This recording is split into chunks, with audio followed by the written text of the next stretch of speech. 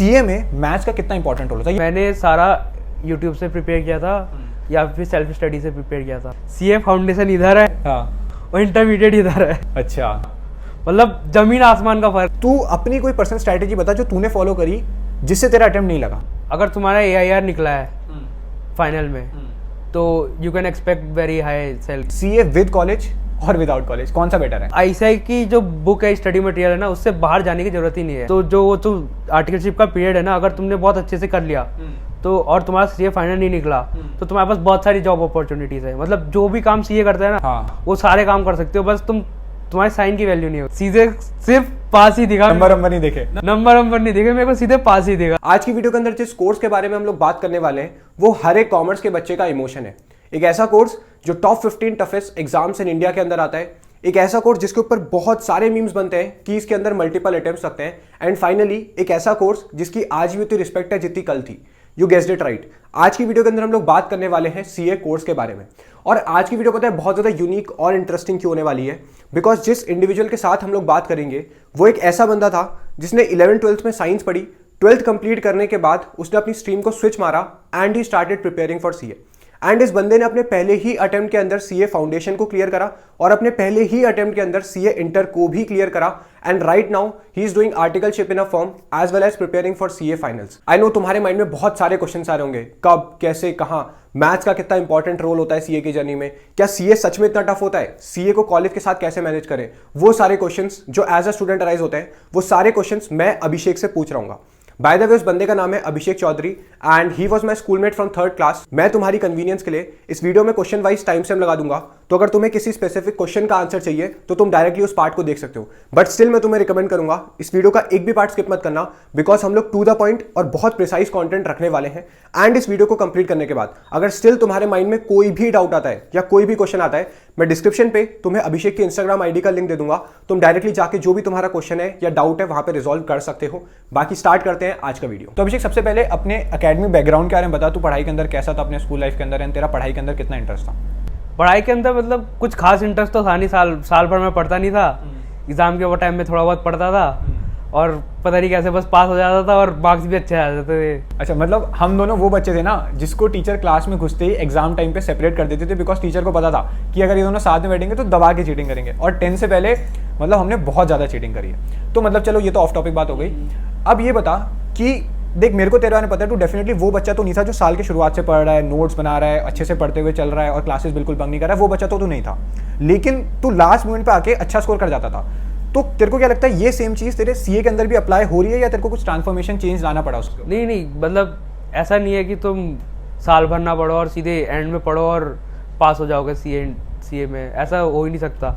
मतलब तुम्हें ना कंसिस्टेंसी रखनी पड़ेगी स्टार्टिंग से। मतलब बैकलॉग तो छोड़ दो, मतलब बैकलॉग लगाओ मत, क्रिएट नहीं होने दो बैकलॉग। सारा कोर्स मतलब कवर करते रहो, क्योंकि अगर सपोज 100 मार्क्स का पेपर आता है उसमें से तुमने अगर सिर्फ 60% कोर्स कंप्लीट कर पाए तुम लोग एकदम एग्जाम के टाइम तक का, तो how can you expect to cover score high marks and pass. ये तो रही अभिषेक की बेसिक एकेडमिक बैकग्राउंड के बारे में। एक तेरा इंपॉर्टेंट क्वेश्चन मुझे पूछना है यार कि क्या सीए सिर्फ वही बंदा क्लियर कर सकता है जिसने 12th के अंदर बहुत अच्छा परसेंट स्कोर करा, या मान ले मेरे 12th में बहुत अच्छे परसेंट नहीं बने, क्या मैं सीए क्लियर कर सकता हूँ? ऑनेस्टली तेरा क्या ओपिनियन है इस ऊपर? बहुत बच्चों को कन्फ्यूजन होता है इस चीज़ का। तू तो जानता ही है कि मैं साइंस बैकग्राउंड से हूँ। तो मतलब ये तो बात भूल ही जाओ कि अगर तुम्हारा कॉमर्स में अच्छा नहीं है या फिर तुमने कॉमर्स नहीं ले रखा तो तुम निकाल ही नहीं पाओगे सीए, बहुत टफ हो जाएगा। ऐसा नहीं है, मतलब बस तुम्हें ये चीज़ दिमाग में रखनी है कि तुम्हारे सारे कॉन्सेप्ट क्लियर होने चाहिए। और तुम्हारे सारे कॉन्सेप्ट क्लियर है तो तुम आराम से सारे पेपर निकाल लोगे सीए के। अच्छा, तो देख सबसे इंपॉर्टेंट क्वेश्चन अभी यहाँ पे ये निकल के आ रहा है कि why did you choose CA and specially from being a science background, जबकि साइंस के अंदर ऑलरेडी तेरे पास इतने सारे ऑप्शंस होते हैं, क्योंकि तूने ऑलरेडी उस चीज़ की पढ़ाई कर रखी है, तो वो तेरे लिए ज़्यादा कन्वीनियंट और ईजी होता। तो सीए ही क्यों? 10th के बाद मतलब मेरे दिमाग में ना ये नहीं था कि मैं कौन से फील्ड में जाऊँ, तो इसलिए मैंने मैथ्स ले लिया था। क्योंकि बहुत सुना था लोगों से कि जो मतलब मैथ्स ले लोगे तो बहुत सारे स्कोप खुल जाते हैं फील्ड, मतलब बहुत सारे करियर फील्ड्स खुल जाते हैं। हाँ, तो कहीं पर भी चले जाओ ऑप्शन ही ऑप्शन है। ऑप्शन ही ऑप्शन है मैथ्स लेने के बाद। हाँ तो इसलिए मैंने मैथ्स ले ली ताकि थोड़ा टाइम मिल जाए खुद को डिस्कवर करने के लिए। ओके। तो और 11th तो ऐसे ही निकल गया। हाँ वो तो ऐसे ही निकल तो जाता है। ऐसे ही निकल गया, वो तो सबको ही जाता है। तेरे पेरेंट्स का क्या रिएक्शन था जब तूने उनको बताया कि अब मैं सीए करने वाला हूँ साइंस बैकग्राउंड के बाद, तो उनका क्या रिएक्शन था? वो लोग मतलब वैसे मतलब स्टार्टिंग से यही कह रहे थे कि तू तेरे को जो करना है वो कर, को मतलब बिजनेस करना है बिजनेस भी कर सकता है, या फिर आगे पढ़ाई करनी है तो पढ़ाई भी कर सकता है, कुछ भी करना है जो करना है वो कर। तो मैंने 12th में थोड़ा सा मतलब अपने आप को डिस्कवर करने की कोशिश करी कि मेरा इंटरेस्ट कौन सी फील्ड में है ज़्यादा। तो मैंने सीए में थोड़ा बहुत अपना ज़्यादा इंटरेस्ट देखा, तो सोचा कि सीए ही कर। तो मतलब तेरे पेरेंट्स ने तेरे को उस चीज़ के लिए पूरा सपोर्ट करा, तो बहुत अच्छी चीज़ है। बिकॉज होता क्या है ना, इंडिया में स्पेशली बहुत सारे ऐसे पेरेंट्स होते हैं जो अपने बच्चे को किसी चीज़ के लिए सपोर्ट नहीं करते। स्पेशली अगर तू खुद सोचते हैं यार, एक पेरेंट्स के लिए सबसे ज़्यादा इंपॉर्टेंट चीज़ क्या है? Job security. अब एक बंदा साइंस पढ़ के आ रहा है, वो कॉमर्स की फील्ड में जाएगा, तो पेरेंट्स कहीं ना कहीं चीज़ के लिए उसको रेस्ट्रिक्ट करेंगे। तो वो चीज़ तेरे पेरेंट्स ने बहुत अच्छी करी, and I think you are quite lucky for that. ठीक है, नेक्स्ट क्वेश्चन आता है यार, तू एक साइंस बैकग्राउंड को बिलोंग करता है, तो जब तूने अपनी सीए की जर्नी चालू करी, क्या तेरे को इनिशियली ऐसा लगा कि यार मेरे को अपने बेसिक्स बनाने में बहुत ज़्यादा दिक्कत आ रही है? क्योंकि देख, मेजॉरिटी टाइम सीए वही बच्चा करता है जिसने 11th-12th में कॉमर्स पढ़ी हो। तो क्या तेरे को ऐसा लगा कि इनिशियली तेरे को बहुत ज़्यादा डिसएडवांटेज था उस चीज़ का, या मुझे बहुत ज़्यादा दिक्कत आई इनिशियली? हाँ मतलब दिक्कत तो आएगी क्योंकि साइंस से हूँ, तो कोई बेसिक मतलब बेसिक बिल्कुल भी क्लियर नहीं थे। और 6 महीने का टाइम था सीए फाउंडेशन प्रिपेयर करने का। ठीक हो गया। तो उसमें मतलब यही था कि मेरे को बेसिक्स भी क्लियर करने थे और सारा कोर्स भी कवर अप करना था। तो वहाँ वही मतलब अगर कॉमर्स ली होती तो ज़्यादा अच्छा स्कोर कर सकते थे और मतलब बेसिक्स भी क्लियर होते थे। तो मतलब मैं तेरे से पूछता हूँ कि यार मैंने 11th-12th में कॉमर्स नहीं पढ़ी, मेरे को कॉमर्स का बेसिक भी नहीं पता, अकाउंट्स बीएसटी को, क्या मैं सिस्टमैटिकली पढ़ के आराम से CA foundation CA inter clear कर सकता हूँ, नहीं कर सकता हूँ? हाँ कर तो सकते हो, आराम से कर सकते हो, जैसे मैंने भी तो करा ही ना। नहीं तो मतलब ऐसा हुआ कि देख, अगर तेरे को फाउंडेशन में जो पढ़ा रहे हैं, क्या वो तेरे को सब ऊपर ऊपर से पढ़ा रहे थे, या उनने वो एक्सपेक्ट करके चल रहे थे कि तेरे को ये चीज़ पहले से पता होनी चाहिए, सब कुछ बेसिक लेवल से करा रहे हैं? जो फाउंडेशन का कोर्स है ना, ऐसे डिजाइन कर रखा है कि सारा मतलब एकदम बेसिक से है। वो लोग ये मान के चलते हैं कि बच्चे को कुछ आता ही नहीं है। अच्छा, तो मतलब पूरा इनिशियल स्टार्ट पे होगा। तो वही तो मैं बोल रहा हूँ कि स्टार्टिंग से तुम कर सकते हो। हाँ एकदम स्टार्टिंग से कर सकते और बल्कि गलती होती है कि बच्चे 11th-12th में गलत बेस बना के आते हैं, तो वहाँ पे आके उनको और ज़्यादा हो। ये सबसे ज़्यादा डिसएडवांटेज रहता है मतलब कॉमर्स वालों के लिए स्पेशली, क्योंकि वो स्कूल में मतलब टीचर्स ने अगर कुछ कॉन्सेप्ट पढ़ाया और अगर कॉन्सेप्ट थोड़ा सा बच्चा का इधर उधर हो गया, तो वो कॉन्सेप्ट को ब्रेक करके फिर नया कॉन्सेप्ट बिल्ड करने में बहुत ज़्यादा डिफिकल्टी होती है। उससे मतलब बहुत ही ज़्यादा मतलब। अच्छा, तो देख अब ये बता कि सीए बनने के लिए मिनिमम कितना टाइम रिक्वायर्ड है? अगर मैं सारी चीज़ों को फर्स्ट अटेम्प्ट के अंदर क्लियर करते हुए चल रहा हूँ, तो एक बार मेरे को ब्रेकेज बता दे कि यार सीए फाउंडेशन के लिए तेरा इतना ड्यूरेशन रहता है, सीए इंटर के लिए तेरा इतना ड्यूरेशन रहेगा, आर्टिकलशिप और सीए फाइनल के लिए तेरा अराउंड इतना ड्यूरेशन रहेगा। मिनिमम टाइम कितना रिक्वायर्ड है? सीए फाउंडेशन के लिए तो मतलब 6 महीने इनफ है। हाँ, लेकिन वो 6 महीने में तुम्हारा एक भी बैकलॉग नहीं होना चाहिए। ठीक है। और अगर तुम्हारा बैकलॉग है तो उसको जल्दी से जल्दी कवर करने की कोशिश करनी चाहिए। ठीक है। और तुम्हें कम से कम 2 या 3 रिवीजन तो करना ही है। 2 से 3 रिवीजन बहुत जरूरी है। रिवीजन बहुत जरूरी है, क्योंकि ऐसा होता है ना कि कोर्स थोड़ा वास्ट है ना, तो तुम इस 1 महीने पढ़ोगे, अगले महीने तक सारा तुम्हारे दिमाग से निकल जाएगा। अच्छा, तो सीए फाउंडेशन के लिए 6 महीने का ऑलमोस्ट चाहिए रहता है। फिर इंटर की बात करते हैं तो इंटर में तो जितना मतलब वो आईसीआई प्रोवाइड करता है ना कि कम से कम 9 महीने का तुम्हारा गैप होना चाहिए सीए फाउंडेशन के रिजल्ट के और सीए इंटरमीडिएट के एग्जाम के बीच में 9 मंथ्स का कम से कम गैप होना ही चाहिए। ठीक है। तो वो इनफ होता है। क्या है ना कि तुम फुल प्रिपरेशन करो, 6 महीने के अंदर अंदर तुम पूरा कोर्स कंप्लीट करने का कोशिश करो और 3 से 4 रिवीजन करने की कोशिश करो और सारे मॉक टेस्ट वगैरह ये सब करो। और फाइनल की अगर बात करता हूँ तो उसके अंदर फाइनल का तो अभी मैं उतना अच्छे से बता नहीं पाऊंगा, क्योंकि अभी मैं फाइनल मतलब जस्ट स्टार्ट ही किया है मैंने प्रिपरेशन।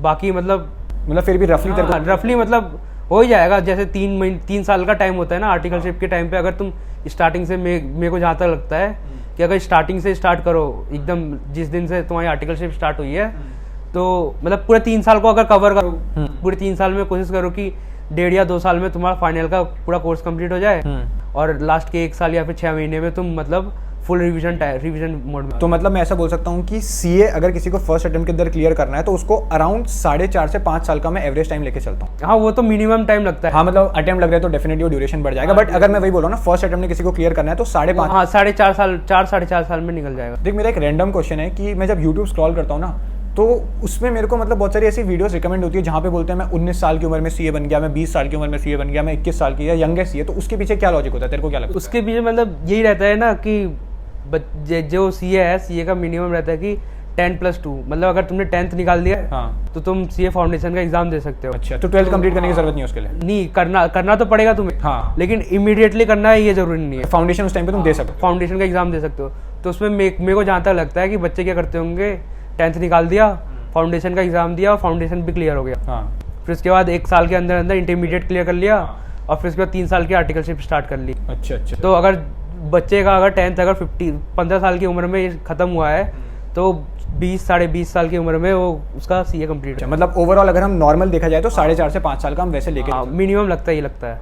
क्योंकि 3 साल का वो होता है ना आर्टिकलशिप, उसके बिना तुम वो सीए फाइनल का एग्जाम नहीं दे सकते। अच्छा एक चीज़ बता यार, मतलब क्या सीए सच में बहुत ज़्यादा टफ है? बिकॉज जिसको देखो वो यही बोलता है सीए मत कर, सीए में तू क्लियर नहीं कर पाएगा, सीए बहुत ज़्यादा टफ है। क्या लॉजिक है इसके पीछे?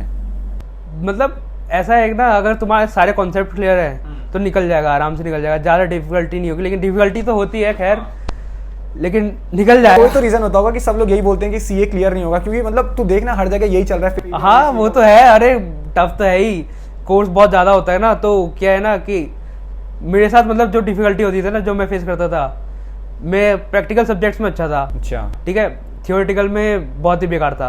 उसमें क्या होता था, आज मैं पढ़ूंगा कल मैं सारा भूल जाऊंगा। अच्छा हाँ, इतना ज्यादा कोर्स था ना कि मतलब एक दिन पढ़ो अगले दिन सारा भूल जाओगे। दिमाग तो सिलेबस बहुत ज़्यादा वास्ट है, स्टिल सिलेबस बहुत वास्ट है और मतलब कवर अप करने में ही इतना टाइम लग जाता है। हाँ, रिवीजन भी करना है और इसमें बच्चे बैकलॉग भी लगा लेते हैं। हाँ फिर तो गए। तो मतलब एक एवरेज बच्चा कर सकता है सीए, हाँ या ना? सीए तो सारे कर सकते हैं। क्लियर की बात कर रहा हूँ। हाँ, क्लियर सब कर सकते हैं, बस ये है कि कंसिस्टेंसी होनी चाहिए। वो सिलेबस कवर भी तो करना पड़ेगा। सिलेबस कवर करने का मतलब अंदर से होना चाहिए कि सिलेबस कवर करना ही करना है 100% और रिवीजन करने ही करने हैं। ओके ठीक है। तो अगला क्वेश्चन ये है कि यार देख, ये क्वेश्चन जो है ना, ये हर उस बच्चे के माइंड में आता है जो अपनी 12th कंप्लीट करता है कि सीए विद कॉलेज और विदाउट कॉलेज कौन सा बेटर है? यार मैं तो विदाउट कॉलेज कर रहा हूँ। अच्छा, तो मतलब तेरे को क्या लगता है उसका एडवांटेज ज़्यादा है या उस बेसिस पे बता? मतलब वैसे तो सीए को अगर तुम सीए फाइनल निकाल लेते हो तो तुम्हें पोस्ट ग्रेजुएट का तुम्हें वो दे दिया है, अब दर्जा दिया जाता है। दर्जा दे दिया है। लेकिन फिर भी मेरे ख्याल से अगर ग्रेजुएशन करो तो ज़्यादा अच्छा रहता है, क्योंकि उससे क्या रहता है ना, लेकिन ये भी है कि थोड़ा सा माइंड इधर उधर हो जाता है। हाँ, टाइम का थोड़ा टाइम मैनेज करना थोड़ा सा डिफिकल्ट हो जाता है, इसलिए मैंने भी ग्रेजुएशन नहीं करा। अच्छा हाँ, मतलब एक बात बता कि अगर तूने भी सीए क्लियर करा है, मैंने भी सीए क्लियर करा है, लेकिन मेरे पास कॉलेज की डिग्री है, तो क्या मुझे प्रोफेशनल लेवल पे उसका एडवांटेज मिलेगा एज कम्पेयर टू यू? मतलब मेरे ख्याल से मिलना तो चाहिए, क्योंकि जो कॉलेज है, कॉलेज में थोड़ा सा एक्स्ट्रा करिकुलर एक्टिविटीज़ भी कराते हैं ना, तो उससे बच्चा थोड़ा सा खुल जाता है। अच्छा देख, अब क्या हो रहा है ना, अभी एक नया एग्जाम इंट्रोड्यूस हुआ है, वो है CUET exam, central university entrance test. इसके पहले क्या होता था, जैसे तुम 12th कंप्लीट करते थे, तुम्हें 12th के मार्क्स के बेसिस पे किसी भी यूनिवर्सिटी, किसी भी कॉलेज के अंदर एडमिशन मिल जाता था। लेकिन अब अगर किसी बच्चे को किसी भी कॉलेज के अंदर एडमिशन चाहिए तो उसे पहले CUET देना पड़ेगा मेजॉरिटी कॉलेजेस के लिए। अब ये जो CUET का एग्जाम होता है ना, ये तेरा होता है अराउंड मई जून के टाइम पे। और अगर हम सीए का फर्स्ट अटेम्प्ट कब होता है फाउंडेशन का? लगभग मई के उसके टाइम होता है। तो वो चीज़ क्लैश कर जाती है। तो अगर किसी बच्चे को कॉलेज करना है तो तेरे को क्या लगता है कि उसको उस टाइम पे हॉल देके सीए फाउंडेशन का अटेम्प्ट नवंबर में देना चाहिए, या उस टाइम पे उसको ट्राई करना चाहिए देने का कॉलेज के एंट्रेंस के साथ? मेरे हिसाब से तो सीए फाउंडेशन को मतलब जो एग्जाम है वो पोस्टपोन करना ही नहीं चाहिए। पोस्टपोन नहीं करना चाहिए, मतलब ये जो गैप आ रहा है एक टाइम का वो? हाँ, नहीं। तो उसका कुछ होता है क्या डिसएडवांटेज आगे जाके? ऐसा कुछ डिसएडवांटेज तो नहीं होता, लेकिन ये है कि मतलब जितना जल्दी हो सके, फिर एज निकलती जाती है वाली चीज़। ये एज भी निकल जाती है वो, और ये एक ये भी है ना बात कि 6 महीने पहले तुमने सीए फाउंडेशन के लिए पढ़ना स्टार्ट किया। हाँ ठीक है, 6 महीने तुमने मेहनत करी। हाँ। फिर उसके बाद तुम्हारा एग्जाम आया, तुमने सोचा कि CUET का एग्जाम दे देता हूँ। हाँ। इसको स्किप कर देता हूँ, अगले उसमें दे दूंगा। फिर 6 महीने का गैप और आ गया। हाँ।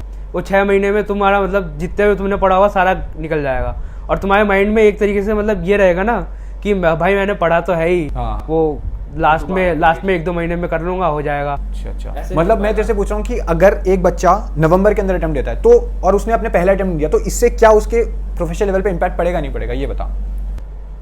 पढ़ना तो नहीं चाहिए, नहीं पढ़ना चाहिए ना वैसे, मतलब ज़्यादा नहीं, क्योंकि अब क्या होता है ना, कुछ बच्चे CUET के लिए बहुत ज़्यादा फोकस करते हैं ताकि वो एक बेस बनाना चाहें अपने कॉलेज का, तो इसलिए वो सोचते हैं कि पहले मैं CUET दे दूँ, उसके बाद ये चीज़ अपना नवंबर के। हाँ, मतलब अगर तुम्हें सिक्योर साइड चाहिए कि मतलब ग्रेजुएशन हो जाए और मतलब थोड़ा और अच्छे कॉलेज से हो जाए। हाँ, तुम्हें मतलब माइंड में थोड़ा सा ये है कि सीए क्या पता होगा या नहीं होगा, हाँ, क्या पता मैं कर पाऊंगा या नहीं कर पाऊंगा, तो शायद तुम्हें कर लेना चाहिए फिर। तो मतलब यहाँ से बात ये निकल के आ रही है कि अगर आपको कॉलेज जाना है, आपको एक्सपोजर चाहिए, आपको लगता है कि कॉलेज की ज़रूरत है, तो तुम क्या करो, तुम्हारा पेपर कंप्लीट होता है बोर्ड्स का, उसके बाद अपने सीयूटी को पूरा एंट्रेंस का टाइम दे दो, उसमें बिल्कुल बढ़िया करके टाइम दे दो, उसके बाद अगले अटेम्प्ट में जाके तुम फाउंडेशन का आराम से प्रिपरेशन करके दे सकते हो, उसमें कोई दिक्कत वाली बात। लेकिन ये है कि तुम्हें उस गैप में ना इतना अच्छे से प्रिपेयर करना है कि तुम सीधे रैंक लाने की कोशिश करो। AIR वगैरह उस चीज़, हाँ, वैसे फाउंडेशन में AIR होती नहीं है, लेकिन फिर भी बहुत अच्छे मतलब अपना अच्छा स्कोर बनाने का ट्राई करो ओवरऑल बेसिस पे, ठीक है। अब होता क्या है ना अभिषेक, हर एक कॉमर्स के बच्चे का सबसे बड़ा डर होता है मैथमेटिक्स। ये तो शायद अभी जानता नहीं होगा क्योंकि तू कॉमर्स टीम को बिलोंग नहीं करता है, तो उसके माइंड में 11th पे बहुत ज़्यादा कन्फ्यूजन आता है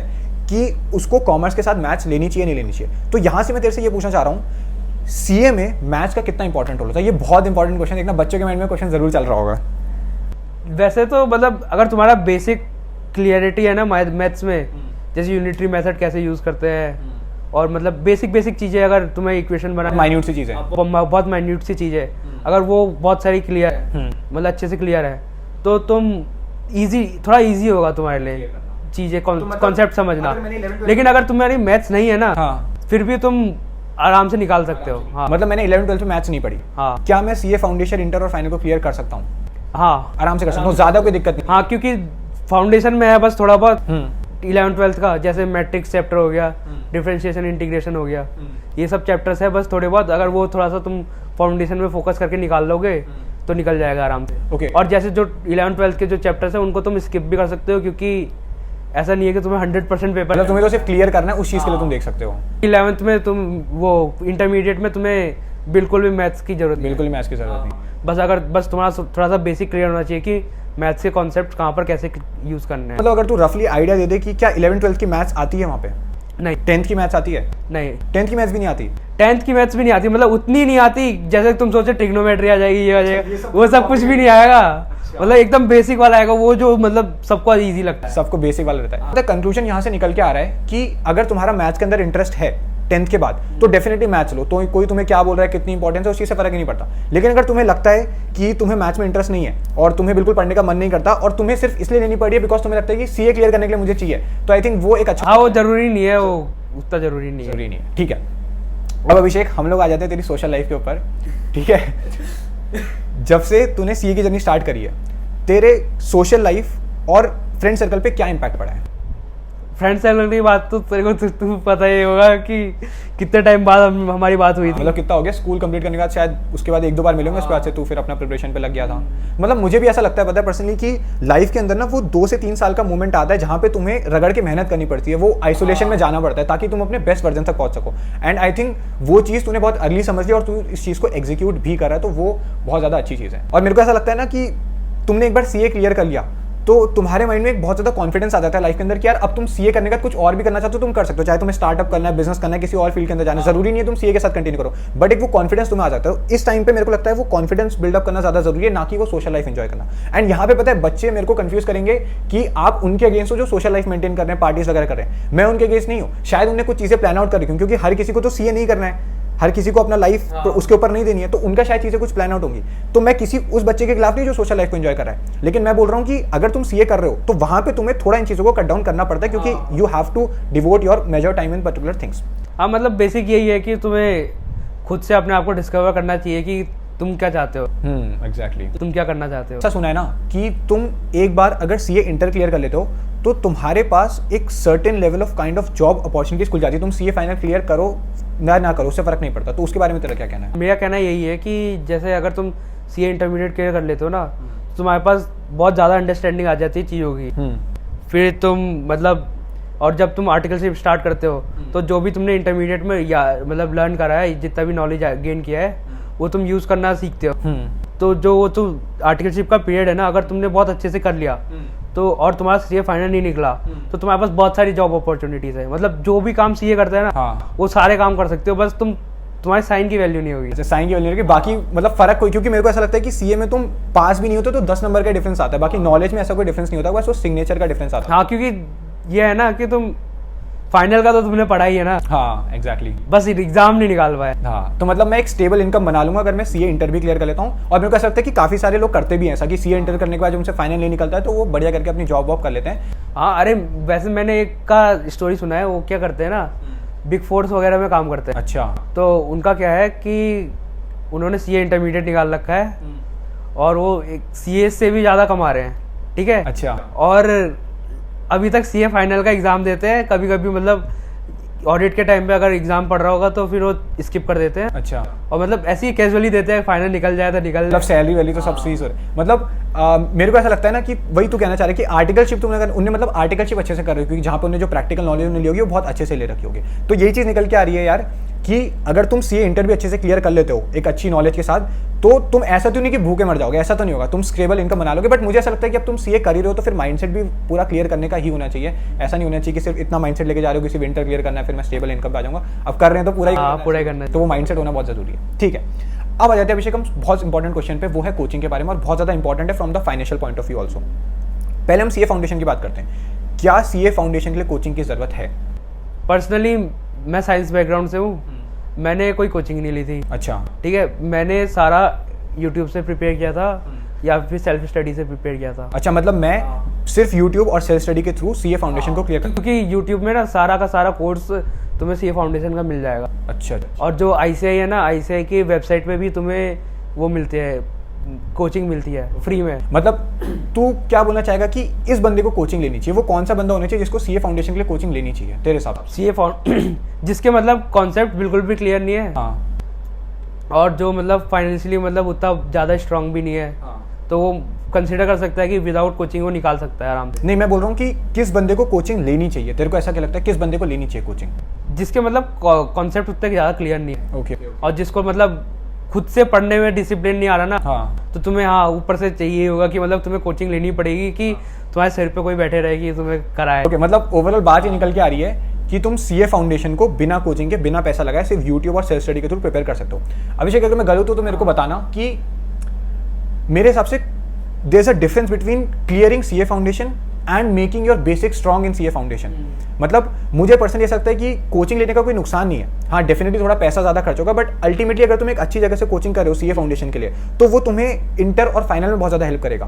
तो ओवरऑल उसका कोई डिसएडवांटेज नहीं है कोचिंग लेने का। बट वही बात निकल के आती है कि ऑब्वियसली कोई अफोर्ड नहीं कर सकता या उसको पैसा नहीं लगाना, वो अलग बात है। मैं ऐसा नहीं बोल रहा हूँ कि तुम सीए फाउंडेशन की कोचिंग लो, बट अगर तुम्हारे पास पैसा है तो एक बोनस पॉइंट है ना, ऑब्वियसली अगर तुम्हें एक अच्छा एक्सपीरियंस टीचर मिल जाएगा। बाकी तुम जैसा उसने बताया उसने खुद बिना कोचिंग के क्लियर कराए, तो तुम्हें कोचिंग की जरूरत नहीं है। बाकी पैसा अगर लगा सकते हो बोनस पॉइंट के लिए तुम कोचिंग ले सकते हो, ये चीज़ ठीक है। मैंने तो इसीलिए करा कि बिना कोचिंग के, क्योंकि एक तरीके से हिट एंड ट्रायल वाला मैं कर रहा था वो एग्ज़ाम ना, क्योंकि मैं लॉकडाउन था तो कोचिंग बंद थी सारी, और कोचिंग अगर अवेलेबल भी थी तो ऑनलाइन थी, और ऑनलाइन मेरे को लेना नहीं था, तो ओके, मतलब हिट एंड ट्रायल में वो निकल गया। अच्छा, तो अब बात बता, सीए इंटर के लिए कोचिंग की जरूरत है?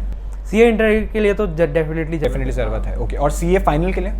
सीए फाइनल के लिए भी जरूरत है, बहुत ज़्यादा ज़रूरत है, उसके बिना नहीं हो पाएगा। तो मतलब ओवरऑल बेसिस पे यहाँ पे ये निकल के आ रहा है कि सीए इंटर और फाइनल के लिए तुम्हें डेफिनेटली कोचिंग की जरूरत है, क्योंकि सिलेबस बहुत वास्ट है एंड कैसे करना है वो स्ट्रैटेजी। हाँ, वो बहुत थोड़ा मतलब टिपिकल चीज़ें हैं ना बहुत सारी, तो वो तुम्हें कैसे करनी, तो मेंटर होना जरूरी है उसी चीज़। हाँ मेंटर। और बात निकल के आती है सीए फाउंडेशन के लिए, तो तुम्हें कोचिंग की जरूरत नहीं है, कहीं पैसा लगाने की। तुम्हारी 11th-12th की नॉलेज बहुत इनफ है। तो मतलब अगर तुम पैसा लगा सकते हो तो प्लस पॉइंट के लिए तुम लगा लो, बाकी बिना उसके भी आराम से तुम क्लियर कर सकते हो। तो यहाँ से ये कंक्लूजन निकल के आ रहा है। अब कोचिंग में एक बहुत इंपॉर्टेंट क्वेश्चन निकल के आ रहा है और बच्चों के माइंड में डेफिनेटली ये होगा, ऑनलाइन वर्सेस ऑफलाइन कोचिंग पे तेरा क्या कहना है, कौन सा बेटर है तेरे हिसाब से? या पहले तू बता तेरे हिसाब से क्या लगता है? वैसे तो दोनों बराबर ही है, क्योंकि क्या होता है ना, जो ऑफलाइन क्लासेस चलती है उन्हीं को रिकॉर्ड करके ऑनलाइन में रखते हैं। ओके, हाँ, और अगर लाइव भी हो रहा तो उस ऑफलाइन क्लासेस को ही लाइव करते हैं। चेस के पीडीएफ तुम मतलब वो मिल जाते हैं, वीडियोस मिलते हैं। ओके, तो सेम लेक्चर्स होते हैं जो ऑफलाइन वाले होते हैं, लेकिन बस डिफरेंस ये होता है ना कि अगर तुम ऑनलाइन ले रहे हो तो तुम्हें खुद से सेल्फ डिसिप्लिन बहुत ज़्यादा होना पड़ेगा, क्योंकि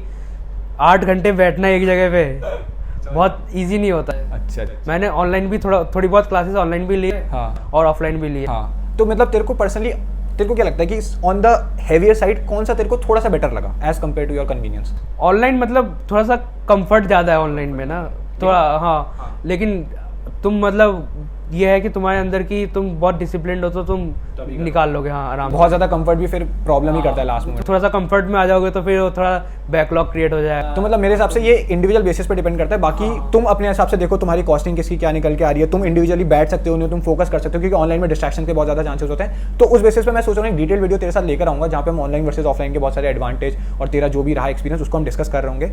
नेक्स्ट क्वेश्चन मेरे पास ये आता है यार कि क्या जो ये कोचिंग से रिलेटेड ही है कि क्या जो ICI मटेरियल्स प्रोवाइड करता है, रिसोर्सेज प्रोवाइड करता है, क्या वो इनफ है CA को क्लियर करने के लिए, या कोचिंग वाले अलग कोई मतलब रेफरेंस बुक फॉलो करते हैं या अलग ही कुछ मतलब चीज़ें एक्स्ट्रा देने का? नहीं, जो कोचिंग्स होते हैं ना, हाँ, अगर तुम देखोगे तो मोस्ट ऑफ द कोचिंग्स के ना जो भी मटेरियल है सारा का सारा ICI का ही मटेरियल है। अच्छा, हाँ, तो मतलब ICI की जो बुक है, स्टडी मटेरियल है ना, उससे बाहर जाने की जरूरत ही नहीं है।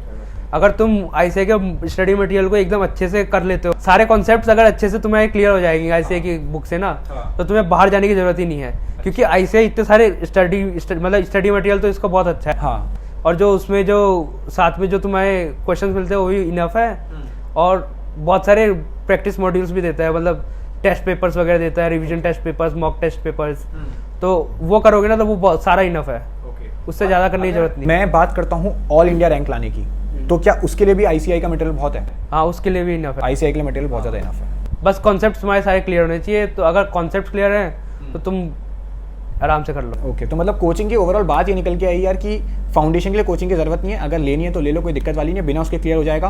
तुम लोग इंटर और फाइनल के लिए कोचिंग बहुत जरूरी है, बिकॉज एक मेंटर होना बहुत ज़्यादा जरूरी है। बाकी ऑनलाइन वर्सेज ऑफलाइन तुम्हें जो सूट करता है तुम्हें करना चाहिए, एंड ICI का मटेरियल मोर देन इनफ है। अगर तुम्हें रैंकर भी बनना है तो उस चीज़ की कोई दिक्कत नहीं है। अब आ जाते हैं अभिषेक हम लोग एक्सपेंडिचर पार्ट पे, वो भी बहुत इंपॉर्टेंट है।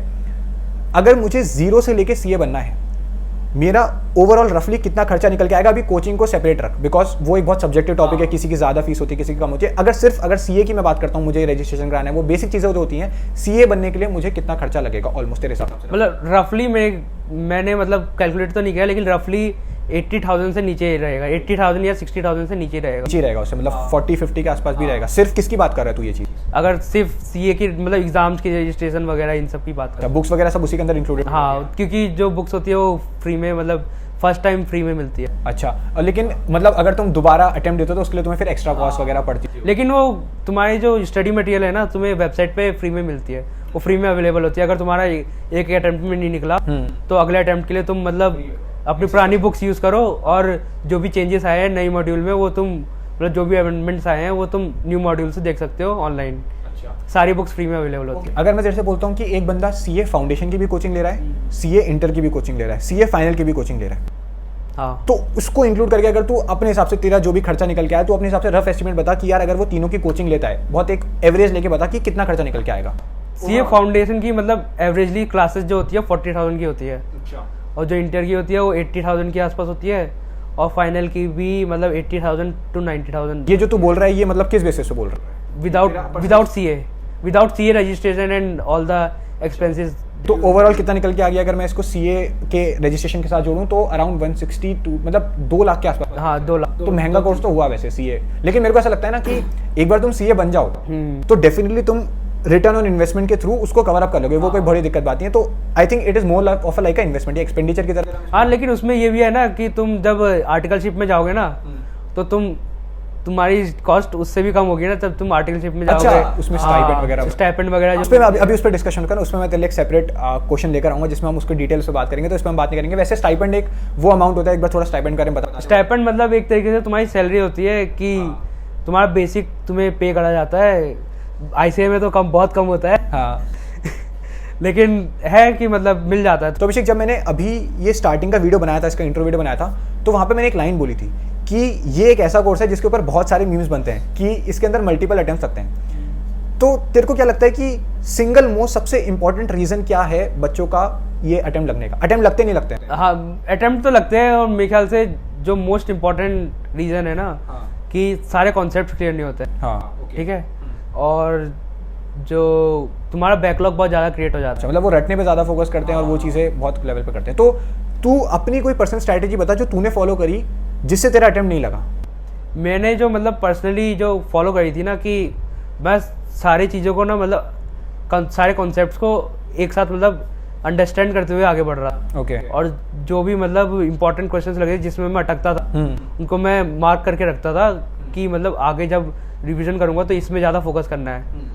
तो रिवीजन करते वक्त भी उन सारे कॉन्सेप्ट्स को मतलब रिवाइज करने की कोशिश करता था। मतलब एक रीजन मैं बोल सकता हूँ कि क्या ये रीजन होता है कि बच्चे टाइम पे रिवाइज नहीं कर पाते उसको बहुत बार, वो भी एक इंपॉर्टेंट रीजन बन जाता है उस चीज़ के लिए। ठीक है, अब हम लोग आते हैं सैलरी पार्ट पे, क्योंकि देख कहीं ना कहीं जितनी मेहनत कर रहे हैं कहीं ना कहीं हमारे माइंड में फाइनेंशियल गोल्स होते हैं किसी के उसमें, मतलब कि हाँ चलो आगे जाके हमें एक सैलरी लगेगी। What do you think is the average salary of CA, and तू क्या एक्सपेक्ट करके चल रहा है कि क्या रहता है सैलरी का सीन? सैलरी मतलब अगर तुम्हारा AIR निकला है फाइनल में तो you can expect very high salary. ठीक हो गया। मतलब अराउंड 30 लाख और 20 लाख। ठीक हो गया। और अगर तुम्हारा AIR नहीं है निकला है तो तुम मतलब एक्सपेक्ट कर सकते हो कि 10 लाख या 12 लाख के आसपास मिल जाए। तो मतलब ऐसा बोल सकता हूँ कि स्टार्टिंग में तुम ऐसा बहुत ज़्यादा एक्सपेक्टेशंस मत लेके चलो कि बिल्कुल ही ऐसा करो। हाँ, लेकिन ये है ना कि 4-5 साल के एक्सपीरियंस के साथ। हाँ 4-5 साल बीतने के बाद मतलब सारे एक ही बराबर हो जाता है। अच्छा, वो रैंकर और उसमें कोई डिफरेंस नहीं रह जाता है जब उसको एक्सपीरियंस मिल जाता है। तो मतलब पॉइंट ये निकल के आ रहा है कि जब तुम सीए को कर रहे हो तो माइंड में ये मत सोच के चलो कि मेरे को इनिशियली बहुत ज़्यादा हाई मिल जाएगा, बहुत ज़्यादा एक्सपेक्टेशंस मत लेके चलो, फॉल्स होप लेके चलो, लेकिन over the period of time जैसे तुम्हें एक्सपीरियंस मिलेगा वो चीज़ तुम्हारे अपने आप इंक्रीज होगी। हाँ, मेन ये है ना कि तुम्हारा वो मतलब नॉलेज कितना ज़्यादा तुमने गेन कर रखा अपने आर्टिकलशिप के दौरान। वो बहुत इंपॉर्टेंट है। ठीक है, अब आर्टिकलशिप तूने बोल ही दिया यार, तो अब हम लोग छोटा सा डिस्कशन रखते हैं आर्टिकलशिप के ऊपर। तो एक बार बता कि आर्टिकलशिप होता क्या है, आर्टिकलशिप के अंदर मतलब करते क्या है, साथ ही साथ आर्टिकलशिप के साथ तू अपनी फाइनल की प्रिपरेशन कैसे कर रहा है, और इसके अंदर तेरा स्टाइपेंड जो आता है जो तूने अभी बताया उसके बारे में थोड़ा डिटेल बता। आर्टिकलशिप में क्या होता है, कैसे चीज़ें होती है, वो थोड़ा बता दे, और ये कब करनी होती है आर्टिकलशिप? आर्टिकलशिप हमें जैसे अगर हमारा इंटरमीडिएट का एक ग्रुप भी निकल गया तो हम स्टार्ट कर सकते हैं। ठीक है, और तो इंटरमीडिएट का एक ग्रुप निकल गया मतलब? हाँ, इंटरमीडिएट 2 ग्रुप के होते हैं। ओके। तो 2 ग्रुप में से अगर एक ग्रुप भी निकल गया तुम्हारा तो तुम इंटरमीडिएट के बाद आर्टिकलशिप स्टार्ट कर सकते हो। लेकिन उस वक्त क्या है ना, बहुत डिफिकल्ट हो जाता है कि वो इंटरमीडिएट सेकंड ग्रुप के लिए प्रिपेयर भी करो साथ में आर्टिकलशिप भी करो। क्योंकि आर्टिकलशिप में ऐसा रहता है ना कि जैसे कि तुम रियलिटी में मतलब जॉब कर रहे हो। आर्टिकलशिप में होता क्या एग्जैक्टली? मतलब यही होता है कि तुम ऑफिस जाओगे और सारा ऑफिस वर्क तुम करोगे। अच्छा, जो अकाउंट्स वगैरह हैंडलिंग वगैरह होती है वो सब चीज़ें। तो वो ऑफिस या वो फर्म ढूंढता कैसे है? मतलब फर्म कैसे मतलब कोई रेफरेंस होता है या कैसे वो ICI रिकमेंड करता है, किस तरीके से? हाँ, मतलब ICI के भी वॉक-इन्स वगैरह होते हैं, लेकिन अगर तुम बाहर से ढूंढो तो ज़्यादा अच्छा रहता है। जैसे वो तुम्हारे माइंड में मतलब एक चीज़ ये क्लियर होना चाहिए ना कि तुम्हें आगे जाके जॉब करना है या फिर फर्म खोलनी है, प्रैक्टिस करना है खुद। ओके। मतलब बेसिकली अगर प्रैक्टिस के लिए देखा जाए तो मिड साइज फर्म ज़्यादा अच्छी रहती है। मिड साइज फर्म्स मतलब वो होती है ना जो जिनका काम बहुत ज़्यादा बड़े लेवल का नहीं है, थोड़ा मतलब मीडियोकर साइज मतलब काम है। ठीक है, समझ रहा हूँ मैं कुछ। लेकिन बड़ी कंपनीज है, लेकिन बहुत ज़्यादा बड़ी कंपनीज भी नहीं है।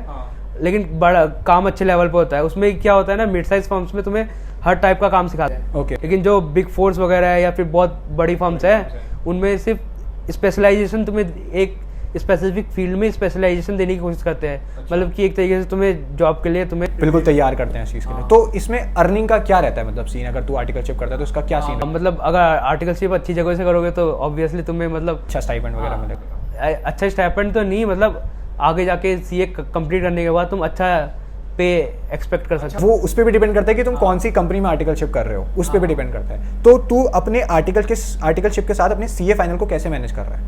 मतलब यही है कि रोज कोचिंग मतलब 1 घंटा तो निकालना ही पड़ता है कम से कम। ठीक हो गया।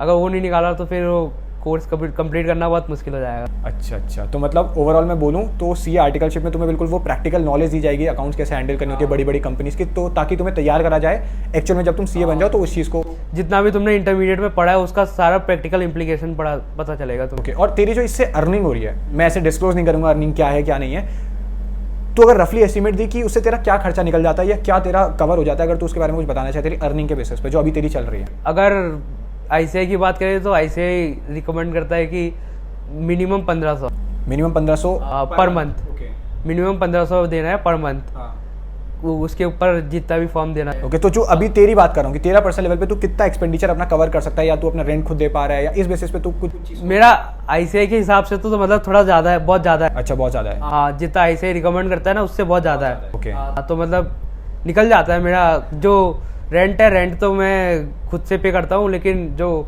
खाने पीने का मंथली मतलब जो खाने पीने का जो खर्चा आता है वो मैं उससे निकाल लेता अच्छा, मतलब एक सर्टेन लेवल ऑफ इनकम तुम्हारी हो जाती है और टाइम टू टाइम आती रहती है और तुम्हारा सर्टेन कुछ कुछ कॉस्ट तुम्हारी निकल जाती है। ठीक है, तो यार मतलब आर्टिकलशिप एक ऐसा सोर्स है जहाँ से तुम प्रैक्टिकल नॉलेज गेन करते हो। ओवरऑल हम ये चीज़ बोल सकते हैं, क्योंकि ज़्यादा डिटेल में जाएंगे तो फिर वो ना उनको समझ में आएगा ना मेरे को ज़्यादा समझ में आएगा, क्योंकि मैंने भी कभी सीए करा नहीं, मेरे को इतनी ज़्यादा नॉलेज नहीं, तभी मैं तेरे को लेकर आया हूँ। देख, तूने सीए फाउंडेशन भी क्लियर करा है, तूने सीए इंटर भी क्लियर करा है। क्या डिफरेंस है सीए फाउंडेशन और सीए इंटर में in terms of syllabus, in terms of difficulty level, उसके बारे में बता।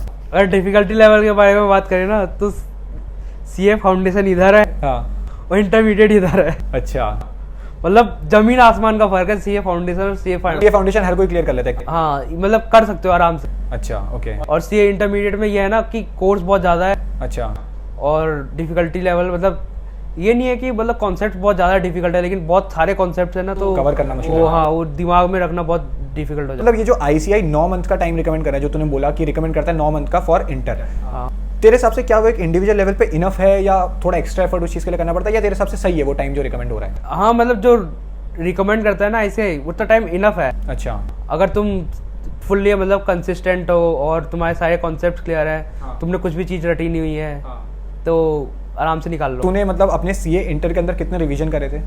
मैंने सीए इंटर में लगभग 6 तो रिवीजन करे ही होंगे। अच्छा, क्योंकि जो जिस इंस्टीट्यूट से मैं कर रहा था तो वो जब कोर्स कंप्लीट करा रहे थे उस वक्त भी मॉक टेस्ट ले रहे थे, हाँ, तो उस वक्त एक रिवीजन हो गया। ओके। ठीक है, फिर उसके बाद जो नेक्स्ट मॉक टेस्ट है उसके लिए फिर पढ़ा होगा। हाँ, तो उस वक्त मैंने 2 रिवीजन करे। हाँ, 2 रिवीजन कैसे कि एक तो पहले एग्जाम से पहले जो पीरियड मिल रहा था मैं प्रिपेयर करने का, तो उसमें मैंने प्रिपेयर करते वक्त रिवीजन करा, और फिर एग्जाम देने से जस्ट तो पहले जो टाइम होता है, टाइम पीरियड होता है, उसमें रिवीजन करा थोड़ा बहुत, जितना मतलब जो एग्जाम से जस्ट पहले वाले एक दिन पहले वाली जो मेन वाले वो होते हैं। ओके ओके, जो हर एग्जाम से एक दिन तरीके से तेरे मल्टीपल वो रिवीजन होते रहे एंड तेरा 7-8, तो इसलिए यहाँ से पॉइंट निकल के आ रहा है कि टाइम पे मॉक टेस्ट देना बहुत जरूरी है। मॉक टेस्ट, हाँ मॉक टेस्ट बहुत इंपॉर्टेंट, बहुत ज़्यादा इंपॉर्टेंट। हाँ, और रिविजन बहुत ज़्यादा इंपॉर्टेंट है। अच्छा, तो लास्ट क्वेश्चन अभिषेक, सीए इंटर क्लियर करने के बाद, अभी सीए फाइनल तूने क्लियर नहीं करा, तो सीए इंटर, क्योंकि सीए इंटर क्लियर करना अपने आप में बहुत बड़ी बात है, क्योंकि फाउंडेशन जितना अभिषेक ने बताया कि मेजोरिटी लोग कर लेते हैं, फिर भी कुछ लोग नहीं कर पाते, वो कुछ होता होगा एक्सवाइजेड रीजन, बट मेजोरिटी लोग क्लियर कर लेते हैं। तो सीए इंटर क्लियर करने के बाद तेरा क्या रिएक्शन था, तेरे फैमिली का क्या रिएक्शन था, एंड मोस्ट इंपॉर्टेंटली ये एक ऐसा रीजन होता है ना जो सबसे बड़ा मोटिवेशन होता है किसी भी सीए एस्पिरेंट के लिए, कि वो उसके नीचे रिजल्ट पे पास लिखा है, तो वो बारे में जरा थोड़ा डिटेल में बताएगा तो अच्छा रहेगा। मैं तो मतलब जब रिजल्ट आया था तो मतलब मैं उस वक्त ओसी का ट्रेनिंग चल रहा था मेरा, तो हाँ, तो उस वक्त जैसे ही मैं तैयार हो रहा था उस वक्त ओसी के मतलब ट्रेनिंग के लिए जाने के लिए, हाँ, रेडी हो रहा था, कपड़े वपड़े पहन रहा था, तो देखा कि फ़ोन में नोटिफिकेशन आया किसी का यूट्यूब से कि CA foundation CA intermediate result out. Okay, तो मैंने सीधे तो फटी थी उस टाइम पे थोड़ी? थोड़ा बहुत तो लगा था कि वो निकलेगा कि नहीं निकलेगा, तो मैंने जैसे ही नोटिफिकेशन में टैप करा सीधे गया डिस्क्रिप्शन में, वहाँ से रिजल्ट वाले लिंक पे दबाया और रोल नंबर वगैरह डाला, और सीधे सिर्फ पास ही दिखा, नंबर नहीं देखे? नंबर नहीं दिखे मेरे को, सीधे पास ही दिखा। और फिर तूने सबसे पहले किसको बताया? सबसे पहले मतलब रिजल्ट देखने के बाद सबसे पहले मेरे को मेरा भाई दिखा, तो फिर मैंने अपने भाई को बताया, और वो भी बहुत खुश था। ओके, और फिर घर वालों को बताया, सब बहुत खुश थे। मतलब तेरे को ऐसा लगा जो तूने मेहनत करी वो, हाँ, वो पूरा रंग वर्थ इट वगैरह वो चीज़ रही? मतलब अंदर से फीलिंग बहुत अच्छी आती है जब एक बार निकल जाए ना, पास दिख जाए तो मतलब। चल, अगर मैं तेरे से एक ऑफ टॉपिक जाके क्वेश्चन पूछता हूँ कि अगर तेरा सी इंटर नहीं निकलता तो तू दोबारा अटेम्प्ट देता? हाँ, डेफिनेटली देता। हाँ, ओके, चल, ये मैं क्वेश्चन मैंने सोचा नहीं था कि इससे पूछूंगा, बट मेरे को लगा पूछ लेना चाहिए। तो आई think this is the end of all question जो मैंने अभिषेक से पूछे, या जो भी क्वेश्चन बन सकते थे। स्टिल अगर तुम्हारे माइंड में लगता है कि यार मेरा कोई और भी क्वेश्चन है, मेरा कोई और भी डाउट है, तो तुम डायरेक्टली अभिषेक की इंस्टाग्राम आईडी पे जाके उससे कर सकते हो। मैंने लिंक तुम्हें डिस्क्रिप्शन पे दे रखा है। अभिषेक तू उनको गाइड कर देना जैसे वैसे वो पूछेंगे। हाँ, कभी भी मेरे को मैसेज कर सकते हो।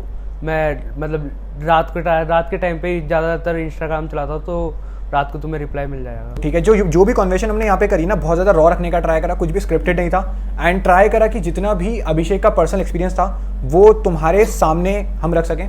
एंड लास्टली यार अभिषेक, तू कोई लास्ट मैसेज देना चाहता है उन बच्चों को जो सीए एस्पिरेंट है या सीए फाउंडेशन के लिए प्रिपेयर कर रहे हैं या सीए इंटर के लिए प्रिपेयर कर रहे हैं? कोई लास्ट मैसेज जो तू अपनी तरफ से देना चाहता है उनको? लास्टली मैं ये कहना चाहूँगा कि यार सीए करो, वर्थ इट है। मतलब वर्थ इट है, पैसा वसूल, टाइम वसूल, जो भी तुम इन्वेस्ट करो सब कुछ तुम्हारा वसूल हो जाएगा। एफर्ट लगेंगे बट वसूल हो जाएगा at the end of the day. बहुत सही चीज़ अभिषेक ने बोली। लास्टली मैं एक ही चीज़ बोलूँगा यार कि लाइफ के अंदर ना हर एक चीज़ टफ होती है, बट अगर तुम्हारा उस चीज़ के अंदर सच में इंटरेस्ट है तो वो चीज़ तुम्हें कभी भी लंबे समय में जाके फ्रस्ट्रेट नहीं करेगी।